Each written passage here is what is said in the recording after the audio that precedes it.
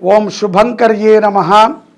ఆదిత్యాయ చ సోమాయ మంగళాయ బుధాయ చ గురు శుక్రః శనిభ్యశ్చ రాహవే కేతవే నమః. గురు బ్రహ్మ గురుర్విష్ణుః గురుర్దేవో మహేశ్వరః గురుః సాక్షాత్ పరబ్రహ్మ తస్మై శ్రీ గురవే నమః. అస్మత్ శ్రీ గురుచరణారవిందాభ్యాం నమః. శ్రీ శ్రీ శ్రీ గణపతి సచ్చిదానంద సద్గురుభ్యో నమో నమః. ధనుస్సు రాశి వారికి 2024 మే మాసములో గల గోచార ఫలితాలను తెలియచేస్తున్నాము. శ్రద్ధగా ఆలకించండి. ధనుస్సు రాశి వారికి ఈ నెలలో ఆనుకూలమైనటువంటి ఫలితాలు గోచరిస్తున్నాయి. మీ ఆరోగ్య విషయములో జాగ్రత్త అవసరం. ఆర్థిక రంగములో కూడా ప్రజల మీద, నాయకుల మీద ఖర్చుని విపరీతముగా పెడతారు. ధనుస్సు రాశిలో ఉన్నటువంటి వ్యాపారవేత్తలు రాజకీయ రంగములో విపరీతమైనటువంటి గత 2 మాసాల నుంచి పెట్టుబడులు పెట్టి ఉంటారు.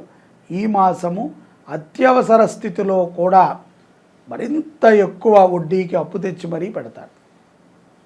కలిసి రావాలి, నగ్గకపోతే 5 సంవత్సరాల పైచులకే వేచి ఉండాలి. కాబట్టి కొంత జాగ్రత్త అవసరం. ఎవరెవరో ఏదేదో చెప్పారు అని చెప్పి తొందరపాటుతో నిర్ణయాన్ని తీసుకోవద్దు. కుటుంబ విషయములో, కుటుంబములో ఉన్నటువంటి వ్యక్తులతో చాలా జాగ్రత్తగా ఉండాలి. మీ ఇద్దరి మధ్య, మీ అంటే భార్యాభర్తల మధ్య అనవసరంగా ఎవరిని కూడా ఇన్వాల్వ్ చేయకండి. తమ కోపమే తమ శత్రువు. ధనుస్సు రాశిలో ఉన్నటువంటి స్త్రీలు కూడా కొంత ఓపికగా ఉండాలి. అవమానపూరితమైనటువంటి మాటలని భర్తని అంటము కానీ, పురుషుడు భార్యని అంటము కానీ చేయకూడదు. ఒకళ్ళ ముందు ఒకళ్ళ మర్యాద గౌరవాలని నిలబెట్టుకోవాలి. తద్వారా మీరు ఎంతో ఆనందాన్ని పొందగలుగుతారు. ఖర్చులు కూడా పెరుగుతాయి. అనుకోని స్థితిలో కొన్ని టూర్లు, యాత్రలు కూడా పడతాయి. ప్రిపరేషన్తో ఉండాలి. కుటుంబముతో బయటికి వెళ్ళినప్పుడు వ్యవహారాలని, వ్యాపారాలని కొంత పక్కన పెట్టాలి. ఆవేశపూరితమైనటువంటి నిర్ణయాలకి ఇది మంచి సమయము కాదు. ధనుస్సు రాశి జాతకులకి పెట్టుబడులు పెట్టుకోవచ్చు. ఉద్యోగ అవకాశాలు మెరుగుపడతాయి. సమాజంలో గౌరవ మర్యాదలు ఉంటాయి. సన్మానాది కార్యక్రమాల్లో పాల్గొంటారు. తృప్తి ఉంటుంది. కానీ ఆ తృప్తిలో ఆనందము ఉండదు. అప్పటికే తృప్తి అంటే అప్పటికప్పుడు మనం చెందేది. ఆనందము అంటే ఎక్కువసేపు ఉండేది. చాలాసేపు నుంచి మనం తలుచుకుని నవ్వుతూ ఉంటాం. తృప్తి ఎవరో పిలిచి ఒక సన్మానం చేశారనో, ఎవరో పెద్దవాళ్ళు పలకరించారనో ఆ క్షణం వరకే.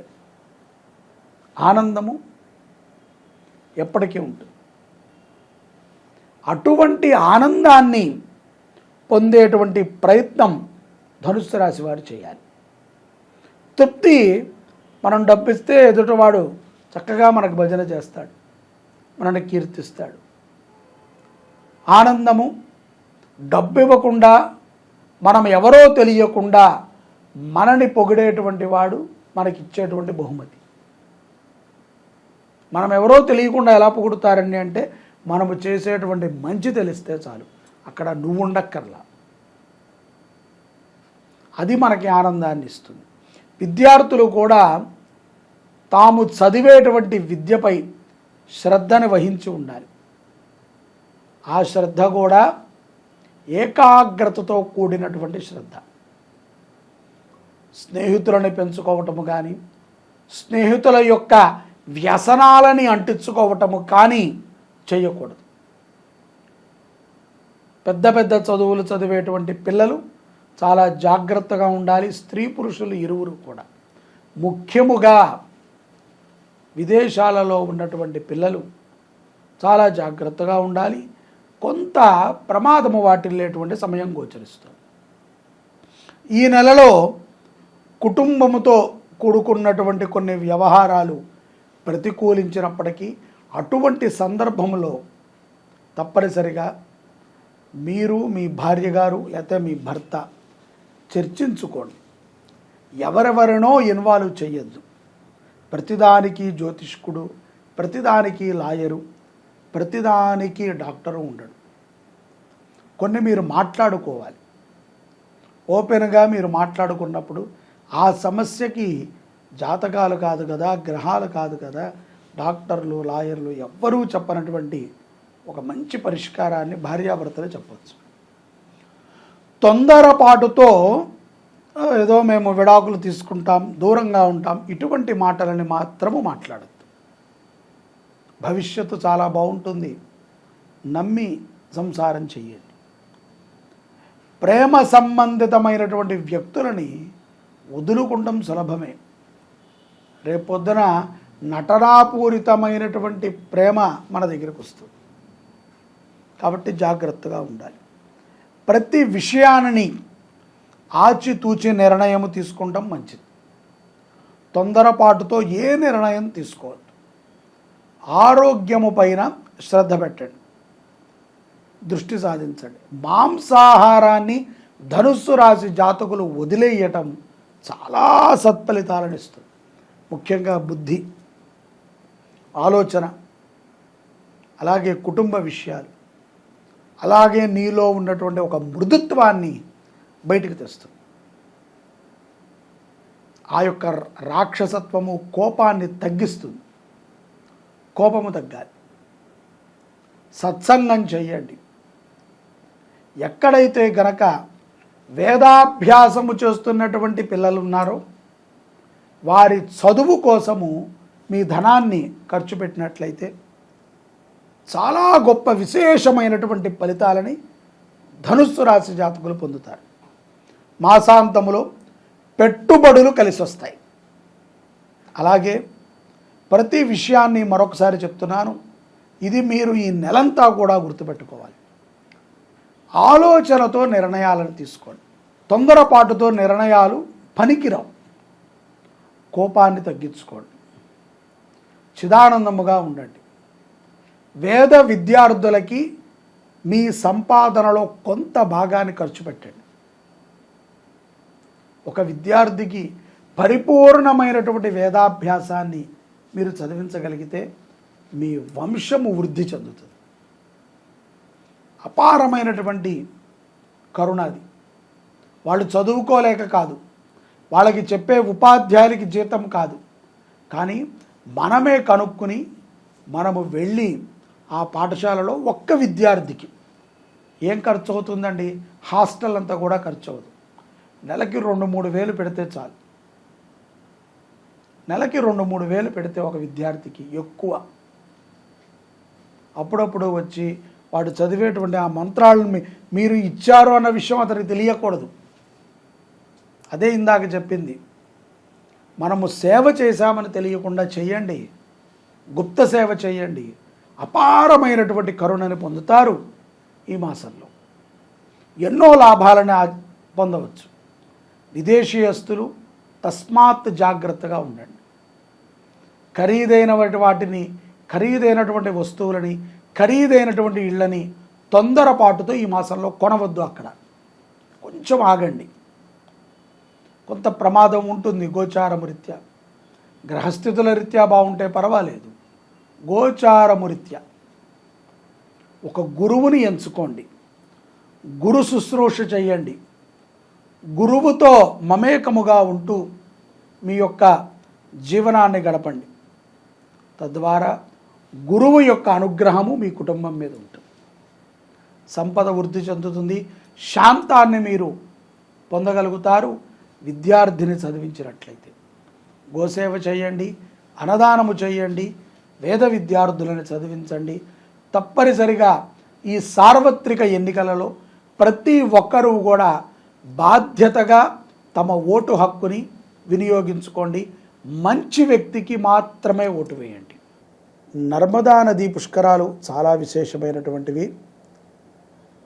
నర్మదా నదికి రహస్యం అంటే ఒకటే, తనకి ఎక్కువగా నర్మదా నదికి తేమ ఉండదు. చాలా నదులకి తేమ ఉంటుంది. మీరు కృష్ణానదిని చూస్తే పాచి పడుతూ ఉంటుంది. అది గోదావరి కొంత ఉష్ణమైనటువంటి నీరు ఉంటుంది. గంగకి ఏ భావన ఉండదు, చప్పగా ఉంటుంది. నర్మదా నది యొక్క మృదుత్వం ఏమిట్రా అంటే అతి మధురమైనటువంటి జలము నర్మదా. ఆ పదములోనే ఇది ఈశ్వరాంశ, ఈశ్వరుడి యొక్క జటాజూటము నుంచి పడినటువంటి గంగ కంటే ముందుగా నర్మదా అక్కడ ఉంటుంది. నర్మదా చాలా మృదు స్వభావి. నదులన్నీ మృదు స్వభావాలే, నర్మదా పరమ మృదు స్వభావి. బ్రహ్మపుత్ర అనేటువంటి నదిని కూడా మనం వినే ఉంటాం. ఇది నేపాల్ ప్రాంతంలో ఉంటుంది. సింధు నది కూడా మనకి ఇంచుమించుగా గోహతి దగ్గరలో ఉంటుంది. ఈ నర్మదా భారతదేశానికి మొత్తానికి మధ్యలో ఉంటుంది. తన యొక్క పాయ ఇతర జలాలలో సులభంగా కలుస్తుంది. కలిసినప్పుడు ఇతర జలాలకు ఉన్నటువంటి స్వభావము నర్మదా నదికి వస్తుంది. స్వతహాగా నర్మదా నది చాలా తీయగా ఉంటుంది.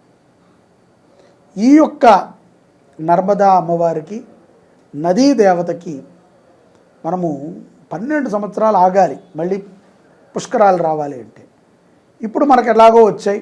మే 1, 2024 నుంచి మే 12, 2024 వరకు 12 రోజుల పాటు ద్వాదశం దివసే పుష్కరాణి ఆచరేత్.